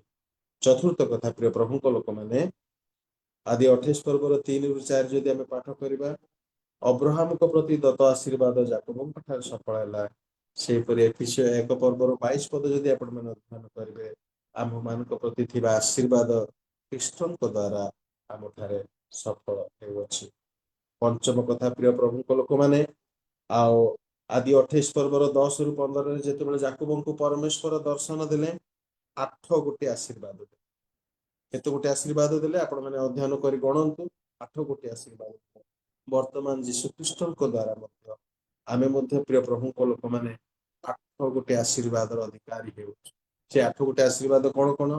ନା ପାପ କ୍ଷମାର ଆଶୀର୍ବାଦ 1, ପରିତ୍ରାଣର ଆଶୀର୍ବାଦ 2, ଅନନ୍ତ ଜୀବନର ଆଶୀର୍ବାଦ 3, ସନ୍ତାନ ହେବାର ଅଧିକାରର ଆଶୀର୍ବାଦ 4, ଶାନ୍ତି ଲାଭ କରିବାର ଆଶୀର୍ବାଦ 5, ପରମେଶ୍ୱର ଯୀଶୁଖ୍ରୀଷ୍ଟଙ୍କ ଠାରେ ଆମର ଆଶା ଅଛି, ଆଶାର ଆଶୀର୍ବାଦ 6, ବୈନା ସ୍ୱରୂପ ପବିତ୍ର ଆତ୍ମା ପାଇଅଛୁ, ପବିତ୍ର ଆତ୍ମା ପ୍ରାପ୍ତିର ଆଶୀର୍ବାଦ 7, ପୁଣି ଅନନ୍ତ କାଳ ସ୍ୱର୍ଗରେ ପିତା ପରମେଶ୍ୱରଙ୍କ ସହିତ ରହିବାର ଆଶୀର୍ବାଦ ଭରସା ଆମେ ପାଇଛୁ। ଗୋଟିଏ ଅନେକ ଆଶୀର୍ବାଦ ମଧ୍ୟ 8ଟି ଆଶୀର୍ବାଦ ଆମେ ମଧ୍ୟ ପାଇଛୁ। ଆପଣମାନେ ଯଦି ଅଧ୍ୟୟନ କରି ଦେଖିବାକୁ ଇଚ୍ଛା କରନ୍ତି, ଟିପୁଛନ୍ତି ଯଦି, ତାହେଲେ ଟିପନ୍ତୁ। ଏଫେସୀୟ 1 ପର୍ବର 17 ପଦରେ ପାପ କ୍ଷମାର ଆଶୀର୍ବାଦ, ଯୋହନ 3:16 ପରିତ୍ରାଣର ଆଶୀର୍ବାଦ, ଯୋହନ 10:28 ଅନନ୍ତ ଜୀବନର ଆଶୀର୍ବାଦ, ଯୋହନ 1:12 ସନ୍ତାନ ହେବା ଅଧିକାରର ଆଶୀର୍ବାଦ, ପୁଣି ଯୋହନ 14:27 ଶାନ୍ତିର ଆଶୀର୍ବାଦ, ପ୍ରଥମ ପିତର 1:3 ଆଶାର ଆଶୀର୍ବାଦ, ଯୋହନ 14 ପର୍ବ 16-17 ପବିତ୍ର ଆତ୍ମାଙ୍କର ଆଶୀର୍ବାଦ, ପୁଣି ପ୍ରଭୁଙ୍କ ଲୋକମାନେ ଦାନିଏଲ 7 ପର୍ବର 18 ପଦରେ ଅନନ୍ତ କାଳ ରାଜ୍ୟରେ ବାସ କରିବାର ଅଛି। କିନ୍ତୁ ଆମେ ମଧ୍ୟ ଯାକୋବର ନ୍ୟାୟ ଯଦି ଅବହେଳା କରିବା, ଅଣଦେଖା କରିବା, କିମ୍ବା ପାଶୋରା ହେବା, ଭୟଯୁକ୍ତ ହେବା, ଭରସାହୀନ ହେବା, ତେବେ ପ୍ରିୟ ପ୍ରଭୁଙ୍କ ଲୋକମାନେ, ଯେପରି ଯାକୋବ ସେଇ ପ୍ରକାର ହେବାରୁ ତାଙ୍କର ପରିଜନ ମାନେ ଦେବାଦେବୀଙ୍କର ଆସକ୍ତା ହେଇଗଲେ, ଆମ ପରିଜନ ମାନେ ଆମ ଘରେ ମଧ୍ୟ ଦେବାଦେବୀ ଅଛନ୍ତି ବା ରହିଯିବେ। ଏବେ ତ ବର୍ତ୍ତମାନ ଆମ ଘର ମାନଙ୍କୁ ମଧ୍ୟ ଦେବାଦେବୀ ଅଛନ୍ତି। ଦେବାଦେବୀର ନିଦର୍ଶନ କଣ ପ୍ରିୟ ପ୍ରଭୁଙ୍କ ଲୋକମାନେ? କଲସିୟ 3 ପର୍ବର 5 ପଦ ଅନୁସାରେ ଲୋଭ ପ୍ରତିମା ପୂଜା ତୁଲ୍ୟ, ଫିଲିପିଓ 3 ପର୍ବର 19 ଅନୁସାରେ ଉଦର ଆମର ଦେବତା ହେଇଯାଉଛି। 35 ପର୍ବରେ ପରମେଶ୍ୱର ଯାକୋବଙ୍କୁ ଆଉ ଗୋଟେ କଥା କହୁଛନ୍ତି, ଯାକୋବଙ୍କର ପରିଜନ ମାନେ ଦେବାଦେବୀ ସମର୍ପଣ କଲେ, ପୁଣି କର୍ଣ୍ଣ କୁଣ୍ଡଳ ସମର୍ପଣ କଲେ। ଆପଣମାନେ ଯଦି ଆଦି ପୁସ୍ତକ 32 ପର୍ବର 2-3 ଯଦି ଅଧ୍ୟୟନ କରିବେ, ପ୍ରିୟ ପ୍ରଭୁଙ୍କ ଲୋକମାନେ, ମୋଶାଙ୍କର ଆଗମନ ବିଳମ୍ବ, ଇସ୍ରାଏଲୀୟ ସ୍ତ୍ରୀ ମାନେ ସେମାନଙ୍କ କର୍ଣ୍ଣକୁଣ୍ଡଳ ସବୁ ସୁବର୍ଣ୍ଣ କର୍ଣ୍ଣକୁଣ୍ଡଳ ସବୁ କାଢିଦେଲେ। କୋଉଥିପାଇଁ ଦେଲେ? ନା ଗୋଟେ ସୁବର୍ଣ୍ଣ ବାଛ ନିର୍ମାଣ କରିବେ ଏବଂ ତାକୁ ଆରାଧନା କରିବେ। ପ୍ରିୟ ପ୍ରଭୁଙ୍କ ଲୋକମାନେ, କର୍ଣ୍ଣକୁଣ୍ଡଳ ନିଦର୍ଶନ ହଉଛି ନା ପରମେଶ୍ୱରଙ୍କର ଉପସ୍ଥିତିକୁ, ସାନ୍ନିଧ୍ୟକୁ, ଆଶୀର୍ବାଦକୁ ଅନୁଭବ କରୁଥାଇ ତାଙ୍କୁ ପରିତ୍ୟାଗ କରି ଅନ୍ୟ ଆଡେ ଆସକ୍ତ ହେବା ଉଚିତ କର୍ଣ୍ଣକୁଣ୍ଡଳ କାଢିଦେବା ଜ୍ଞାନ। ପ୍ରିୟ ପ୍ରଭୁଙ୍କ ଲୋକମାନେ, ସେଥିପାଇଁ ବ୍ୟବହୃତ ହେଉଥିବା ପଦାର୍ଥ ହେଉଛି କର୍ଣ୍ଣକୁଣ୍ଡଳ, ଆଉ ଆମର ମନ କର୍ଣ୍ଣକୁଣ୍ଡଳ ଦର୍ଶନ। ପ୍ରିୟ ପ୍ରଭୁଙ୍କ ଲୋକମାନେ, ଦୟାକରି ଆମେ ଆମର ମନକୁ ଅନ୍ୟ କାର୍ଯ୍ୟ ନିମନ୍ତେ ଦେବା ନାହିଁ। ପୁଣି ପରମେଶ୍ୱର ଯାକୋବଙ୍କୁ ଦର୍ଶନ ମାଧ୍ୟମରେ କହିଲେ, ଯାକୋବ ତାଙ୍କର ପରିଜନ ମାନଙ୍କୁ କହିଲେ, ପରିସ୍କୃତ ବସ୍ତ୍ର ଧୌତ କର। ବସ୍ତ୍ର ଧୌତରେ ଗୋଟେ ବଢିଆ ପ୍ରୋସେସ ଅଛି।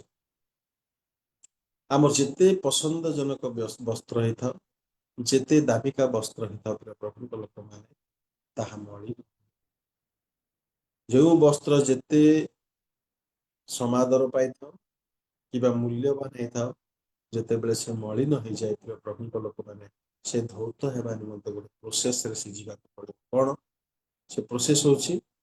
ପ୍ରଥମେ ସେ ଅଗ୍ରାହ୍ୟ ହେବ ମଳିନ ବସ୍ତ୍ର, ଦ୍ୱିତୀୟରେ ତାକୁ ପାଣିରେ ଭିଜାଯିବ, ତୃତୀୟରେ ତାକୁ ଅନ୍ୟ ଗୋଟିଏ ପଦାର୍ଥ ଦ୍ୱାରା ତାକୁ ରଗଡ଼ାଯିବ, ଛେଚାଯିବ, ଆଉ ତାକୁ ବିଭିନ୍ନ ଉପାୟ ବଳ ପ୍ରୟୋଗ କରାଯାଇ ତା ଦେହରୁ କଢାଯିବ। କଢାଗଲା ପରେ ମଧ୍ୟ ତାକୁ କଣ କରାଯିବ, ଖରାରେ ଶୁଖିଲା ପରେ ମଧ୍ୟ ସେ ନିର୍ମଳ ହେଇପାରୁନାହିଁ। ପ୍ରିୟ ପ୍ରଭୁଙ୍କ ଲୋକମାନେ ଧୌତ ବସ୍ତ୍ର ହେଇପାରୁନାହିଁ। ଶୁଖିଲା ପରେ ବି ଗରମ ଇସ୍ତ୍ରୀ ପେଡିରେ ତାକୁ କଣ କରାଯିବ, ଇସ୍ତ୍ରୀ କରାଯିବ। ଇସ୍ତ୍ରୀ କଲା ପରେ ଯାଇ ସେ ବସ୍ତ୍ର ଧୌତ। ଆଧ୍ୟାତ୍ମିକ ଭାବରେ ଚିନ୍ତା କରନ୍ତୁ ଆପଣ ମାନେ, ଯଦି ଆମେ ଧୌତ ହେବାର ଅଛି ତାହେଲେ ଆମକୁ କେମିତି ପ୍ରୋସେସରେ ଯିବ। ସେଥିପାଇଁ ମାନସିକ ଭାବେ, ଶାରୀରିକ ଭାବେ, ଆତ୍ମିକ ଭାବେ ଆମକୁ ପ୍ରସ୍ତୁତ ହେବାକୁ, କାରଣ ଯଦି ଆମର ବସ୍ତ୍ର, ଆତ୍ମିକ ବସ୍ତ୍ର ମଳିନ ହେଇଯାଇଛି ତାକୁ ତ୍ୟାଗ କରିବାକୁ ପଡିବ, କିମ୍ବା ପରିଷ୍କୃତ କରିବାକୁ। ପରିଷ୍କୃତ ହେବାର ଅଛି ତାର ଡ୍ୟୁ ପ୍ରୋସେସରେ ଆମକୁ ଯିବାକୁ ପଡିବ। ଲୋକମାନେ କାର୍ଯ୍ୟ କରିବାକୁ ପଡିବ। ଡିଟରଜେଣ୍ଟ ଭଳିଆ ଜିନିଷ ମିଶେଇବା ଆମ ଜୀବନରେ, ପୁଣି ଆମକୁ ଛେଚିବେ, ରଗଡ଼ିବେ, ଖରାରେ ଶୁଖେଇବେ, ଗରମ ଆଇରନ୍ ପେଡରେ ଆଇରନ୍ କରାହେବ, ତାପରେ ଆମର ପ୍ରଭୁ ଆମକୁ ଏ ଆଧ୍ୟାତ୍ମିକ ଅର୍ଥ ବୁଝିବାରେ ସାହାଯ୍ୟ କରନ୍ତୁ। ତାପରେ ଯାଇକିରି ଯାକୁବଙ୍କୁ ପରମେଶ୍ୱର କହିଲେ ଯଜ୍ଞ ବେଦୀ ନିର୍ମାଣ କର। ପ୍ରିୟ ପ୍ରଭୁଙ୍କ ଲୋକମାନେ, ଯଜ୍ଞ ବେଦୀ ଗୋଟେ ଏମିତି ଜିନିଷ ଯାହାକି ପରମେଶ୍ୱରଙ୍କୁ ସନ୍ତୁଷ୍ଟ କରିବା ନିମନ୍ତେ ଏକ ନିର୍ଦ୍ଦିଷ୍ଟ ସ୍ଥାନ ପ୍ରସ୍ତୁତ କରାଯାଏ। ସେଇ ସ୍ଥାନରେ ବଳି ଉତ୍ସର୍ଗ କଲେ ସେଇ ବଳିକୁ ଆଘ୍ରାଣ କରି ପୁରାତନ କାଳରେ ପରମେଶ୍ୱର ସନ୍ତୁଷ୍ଟ ହେଉଥିଲେ। ଆପଣଙ୍କର ମନ ଆଦି ପୁସ୍ତକ 22:9 ନା ଯଜ୍ଞ ବେଦୀ ନିର୍ମାଣ କଲେ ଏବଂ ତାଙ୍କର ଏକମାତ୍ର ପୁତ୍ରଙ୍କୁ ବଳି ଦେବା ନିମନ୍ତେ ହାତ ଗୋଡ଼ ବାନ୍ଧି ଶୁଆଇଦେଲେ। ଯଜ୍ଞ ବେଦୀରେ ମନୁଷ୍ୟ ତାର ଶ୍ରେଷ୍ଠ ଏବଂ ଅତି ପ୍ରିୟ ଜିନିଷକୁ ଦେଇଦେବା ସ୍ଥାନକୁ ଯଜ୍ଞ ବେଦୀ କୁହାଯାଏ। ପ୍ରିୟ ପ୍ରଭୁଙ୍କ ଲୋକମାନେ, ଆଦି ପୁସ୍ତକ 13 ପର୍ବର 4 ଯଦି ଆପଣ ଅଧ୍ୟୟନ କରିବେ, ଆଦି ପୁସ୍ତକ 13 ପର୍ବର 4,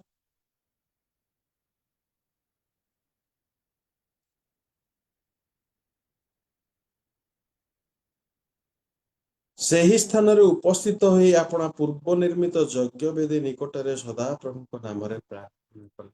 ଯଜ୍ଞ ବେଦୀ ନିର୍ମାଣ କର ବୋଲି ଯାହା ଯାକୋବଙ୍କୁ ପରମେଶ୍ୱର ସେଦିନ କହିଥିଲେ, ଆଜିର ପ୍ରାସଙ୍ଗିକ ବିଷୟରେ, ଆଜିର ଆମମାନଙ୍କର ଜୀବନରେ ପ୍ରିୟ ପ୍ରଭୁଙ୍କ ଲୋକମାନେ, ଆମେ ପରମେଶ୍ୱରଙ୍କ ନିକଟରେ ପ୍ରାର୍ଥନା କରିବା ହେଉଛି ଯଜ୍ଞ ବେଦୀର ନିଦର୍ଶନ। ଏବ୍ରି 13 ପର୍ବର 15 ପଦ ଯଦି ଆପଣ ମାନେ ଅଧ୍ୟୟନ କରିବେ, ଏବ୍ରି 13 ପର୍ବର 15 ପଦ, ପ୍ରିୟ ପ୍ରଭୁଙ୍କ ଲୋକମାନେ, ଏବ୍ରି 13 ପର୍ବର 15 ପଦ ମୁଁ ପାଠ କରୁଛି। ଏଣୁ ଆସ, ତାହାଙ୍କ ଦ୍ୱାରା ଆମ୍ଭେମାନେ ଈଶ୍ୱରଙ୍କ ଉଦ୍ଦେଶ୍ୟରେ ପ୍ରଶଂସା ରୂପ ବଳି ଅର୍ଥାତ୍ ତାହାଙ୍କ ନାମ ସ୍ୱୀକାରକାରୀ ଓଷ୍ଠାଧରର ଫଳ ନିତ୍ୟ ଉତ୍ସର୍ଗ କରୁ। ପ୍ରଭୁଙ୍କ ମହାନାମର ଧନ୍ୟବାଦ ହେଉ। ଯଜ୍ଞ ବେଦୀରେ ବଳି ଦିଆଯାଏ, ଉତ୍ସର୍ଗ କରାଯାଏ। ପ୍ରିୟ ପ୍ରଭୁଙ୍କ ଲୋକମାନେ, ଆମେ କଣ ବଳି ଦେବାକୁ ହେବ, କଣ ଉତ୍ସର୍ଗ କରିବାକୁ ହେବ ନା ପ୍ରଶଂସା ରୂପ ବଳି ଉତ୍ସର୍ଗ କରିବାକୁ ହେବ ଏବଂ ତାହାଙ୍କ ନାମ ସ୍ୱୀକାରକାରୀ ଓଷ୍ଠାଧରର ଫଳ ଉତ୍ସର୍ଗ କରିବାକୁ ହେବ। ପ୍ରଭୁ ଏମାନଙ୍କୁ ଏହି ଆଧ୍ୟାତ୍ମିକ ଭାବ ବୁଝିବାରେ ସାହାଯ୍ୟ କରନ୍ତୁ। ପ୍ରିୟ ପ୍ରଭୁଙ୍କ ଲୋକମାନେ, ସେଦିନ ଯାକୋବଙ୍କୁ ପରମେଶ୍ୱର ଆଉ ଦର୍ଶନ ଦେଇ ସ୍ୱୟଂ କଥା ହେଇ କହିଲେ ଯଜ୍ଞ ବେଦୀ।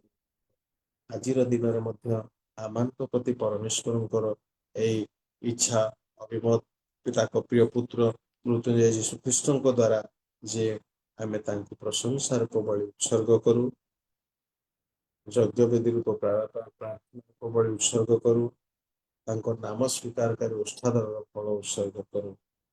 ଏଣୁ ତେବେ ମୋର ସାମାନ୍ୟ ଚିନ୍ତାକୁ ଆପଣମାନଙ୍କ ସମ୍ମୁଖରେ ରଖୁଛି। ସେଦିନ ଯାକୋବ ଦର୍ଶନ ପାଇଥିଲେ। ଆଜି ଆମେ ଦର୍ଶନ ପାଉଛୁ।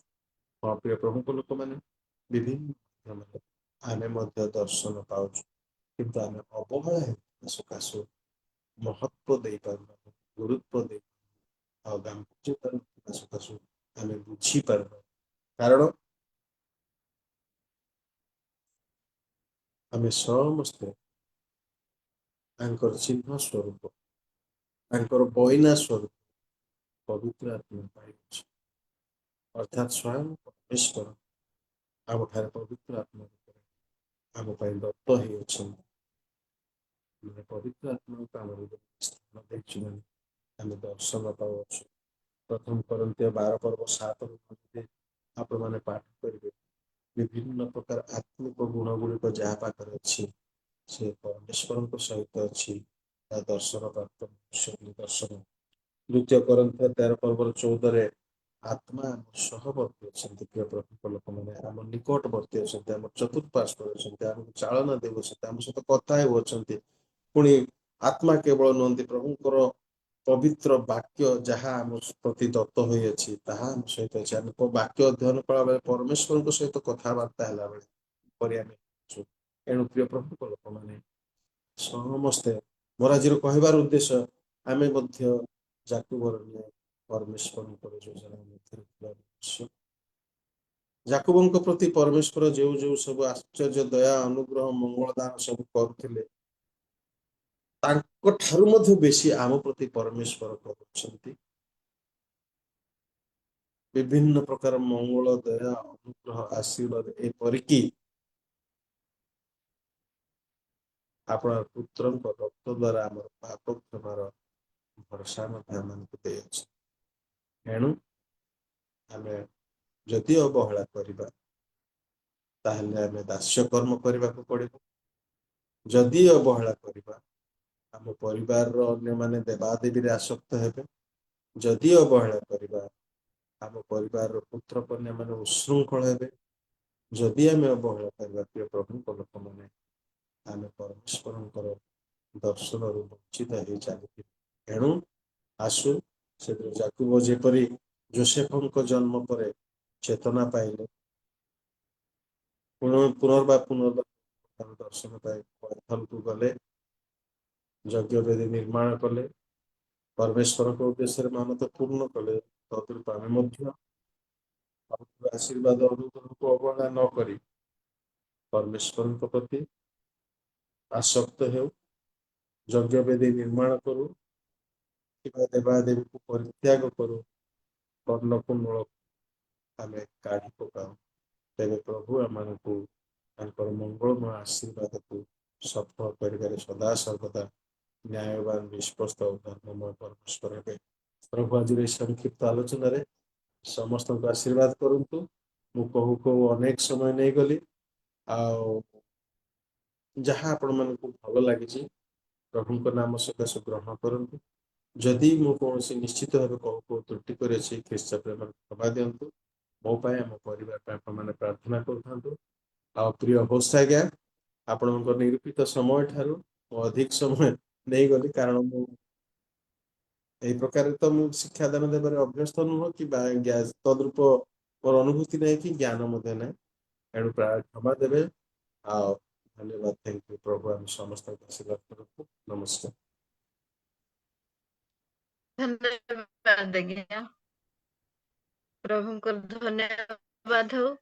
ପ୍ରଭୁଙ୍କର ଶକ୍ତିଯୁକ୍ତ ବାକ୍ୟ ଅତି ସୁନ୍ଦର ଭାବରେ ନମ୍ରତାରେ ସରଳତାରେ ହୃଦୟସ୍ପର୍ଶୀ ବାକ୍ୟ ଦେଇଥିବା ଯୋଗୁଁ ଆପଣଙ୍କୁ ମୁଁ ଧନ୍ୟବାଦ ଦଉଛି। ଆଉ ଆଜିର ବାକ୍ୟ ଥିଲା ଆଦି ପୁସ୍ତକ 35-1-7 ପର୍ଯ୍ୟନ୍ତ ଷ୍ଟାର୍ଟ କରି ଜାକୁବ ବେଥେଲକୁ ପୁନର୍ବାର ଯାଇ ଯଜ୍ଞ ବେଦୀ ନିର୍ମାଣ କଲେ, ମାନତ ପୂର୍ଣ୍ଣ କଲେ, ପରିବାରକୁ ସଜାଡ଼ିଲେ। ଆଉ ତାଙ୍କ ସହିତ ପରମେଶ୍ୱର ଥିଲେ, ଆଉ ଜାକୁବ ମଧ୍ୟ ଥିଲା ସେ ଜାଗାରେ। ଆଉ ଜାକୁବଙ୍କ ପରିଜନ ସଙ୍ଗୀ ମାନେ ମଧ୍ୟ ଅଛନ୍ତି। ସେ ବିଷୟରେ ବୁଝାଇଲେ। ପରମେଶ୍ୱର ପୃଥିବୀକୁ ସୃଷ୍ଟି କଲେ ସେ ବିଷୟରେ ବୁଝାଇଲେ। ଆଦମ ହବାଙ୍କ ବିଷୟରେ ବୁଝାଇଲେ, ବିଷୟରେ ବୁଝାଇଲେ, ଅବ୍ରାହମଙ୍କ ବିଷୟରେ ବୁଝାଇଲେ,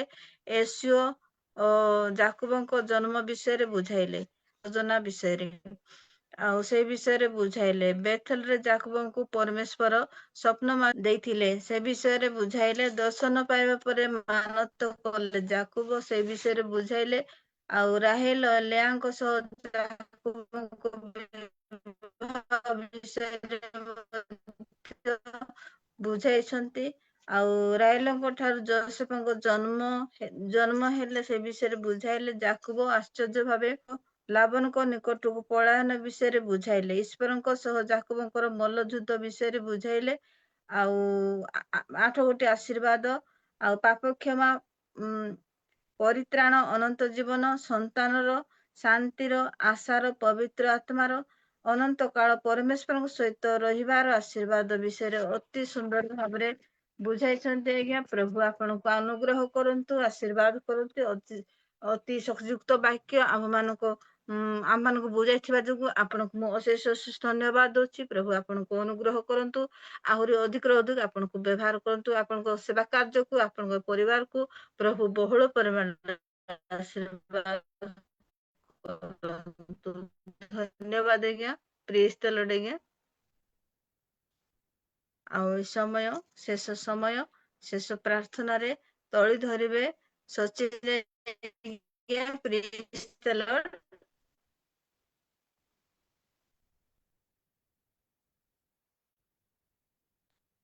ସଚିନ ଆଜ୍ଞା। ପ୍ରେଜ୍ ଦ ଲର୍ଡ।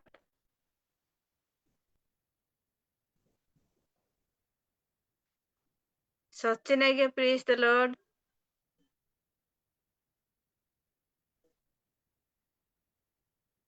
ଆଉ ଜେରସ ଆଜ୍ଞା। ପ୍ରେଜ୍ ଦ ଲର୍ଡ। ଆପଣ ଶେଷ ପ୍ରାର୍ଥନା କରନ୍ତୁ ଆଉ ଶେଷ ଆଶୀର୍ବାଦ।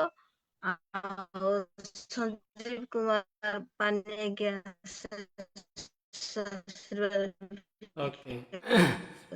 ଓକେ କ୍ଷମା କରନ୍ତୁ ସିଷ୍ଟର, ମୁଁ ଅଭିଷିକ୍ତ ନାହିଁ, ଏଣୁ ମୁଁ ଆଶୀର୍ବାଦ ମାଗି ପାରିବି ନାହିଁ, ଦୟାକରି କ୍ଷମା କରନ୍ତୁ। ଓକେ ଆମେ କରିବା। ଆସନ୍ତୁ ଆଜିର ସୁନ୍ଦର ବାକ୍ୟ ନିମନ୍ତେ ପ୍ରଭୁଙ୍କର ଦାସ ଅନେକ ପରିଶ୍ରମ କରି ଅତି ସୁନ୍ଦର ଆତ୍ମିକ ଆହାର ମାନେ ଅଛନ୍ତି। Okay sure. ଆମେ ଧନ୍ୟବାଦ ଦେଉଥିବା। ଆସନ୍ତୁ ଆମେ ସମସ୍ତେ ପ୍ରାର୍ଥନା କରିବା। ଧନ୍ୟବାଦ ଧନ୍ୟବାଦ ଧନ୍ୟବାଦ ସର୍ବଶକ୍ତିମାନ ପରମେଶ୍ୱର, ତମେ ଅନୁଗ୍ରହ କରିଅଛ, ଦୟା କରିଅଛ, ପ୍ରେମ କରିଅଛ। ସେଥିପାଇଁ ସୁନ୍ଦର ସମୟ ଏ ବାଇବେଲ ଷ୍ଟଡିଜ୍ ଫେଲୋସିପ୍ ସେବା କାର୍ଯ୍ୟରେ ପ୍ରଭୁ ତୁମ୍ଭେ ଆମମାନଙ୍କୁ ଏକତ୍ରିତ କଲ, ସେଥିପାଇଁ ଧନ୍ୟବାଦ ଦେଉଛୁ ପ୍ରଭୁ। ଆଜି ବିଶେଷ କରି 914 ଦିନ ପର୍ଯ୍ୟନ୍ତ ତମର ଉପସ୍ଥିତିରେ ବସିବା ପାଇଁ ତୁମ୍ଭେ ଆମମାନଙ୍କୁ ଅନୁଗ୍ରହ କଲ, ସେଥିପାଇଁ ଧନ୍ୟବାଦ ଦେଉଛୁ ପ୍ରଭୁ।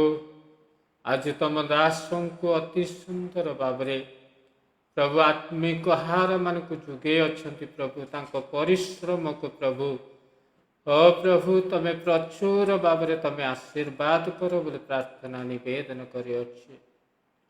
ବାସ୍ତବିକ ପ୍ରଭୁ ତମେ କେତେ ପ୍ରେମ କରୁଅଛ। ଆମେ ଦିନ ପରେ ଦିନ ପ୍ରଭୁ ଆମେ ଭୁଲ କରିଅଛୁ, ତମ ଠାରୁ ପ୍ରଭୁ ଆମେ ଦୂରରେ ଚାଲି ଯାଉଅଛୁ ପ୍ରଭୁ। ତମର ଅନୁଗ୍ରହ ଦାନକୁ ଆମେ ଭୁଲି ଯାଉଅଛୁ, ତମର ଉପଦେଶକୁ ପ୍ରଭୁ ଆମେ ଅମାନ୍ୟ କରିଅଛୁ। ହେଲେ ସୁଦ୍ଧା ପ୍ରଭୁ ତମେ ଆମମାନଙ୍କୁ ପ୍ରେମ କରୁଅଛ, ତମେ ଆମମାନଙ୍କୁ ଛାଡ଼ି ନାହଁ। ପ୍ରତ୍ୟେକ ସମୟରେ ପ୍ରତ୍ୟେକ ମୁହୂର୍ତ୍ତରେ ପ୍ରଭୁ ତୁମେ ଆମମାନଙ୍କୁ ଅନୁଗ୍ରହ କରି ପ୍ରଭୁ ରକ୍ଷା କରୁଅଛ, ଯେପରି ପ୍ରଭୁ ଆମମାନେ ବିନଷ୍ଟ ନ ହେବୁ। ସେଥିପାଇଁ ପ୍ରଭୁ ତମେ ଆମମାନଙ୍କୁ ତମ ବାକ୍ୟ ଦେଇ ପ୍ରଭୁ ତମେ ସଚେତନା କରୁଅଛ। ଧନ୍ୟବାଦ ଦେଉଛୁ ଆଜିର ବାକ୍ୟ ନିମନ୍ତେ।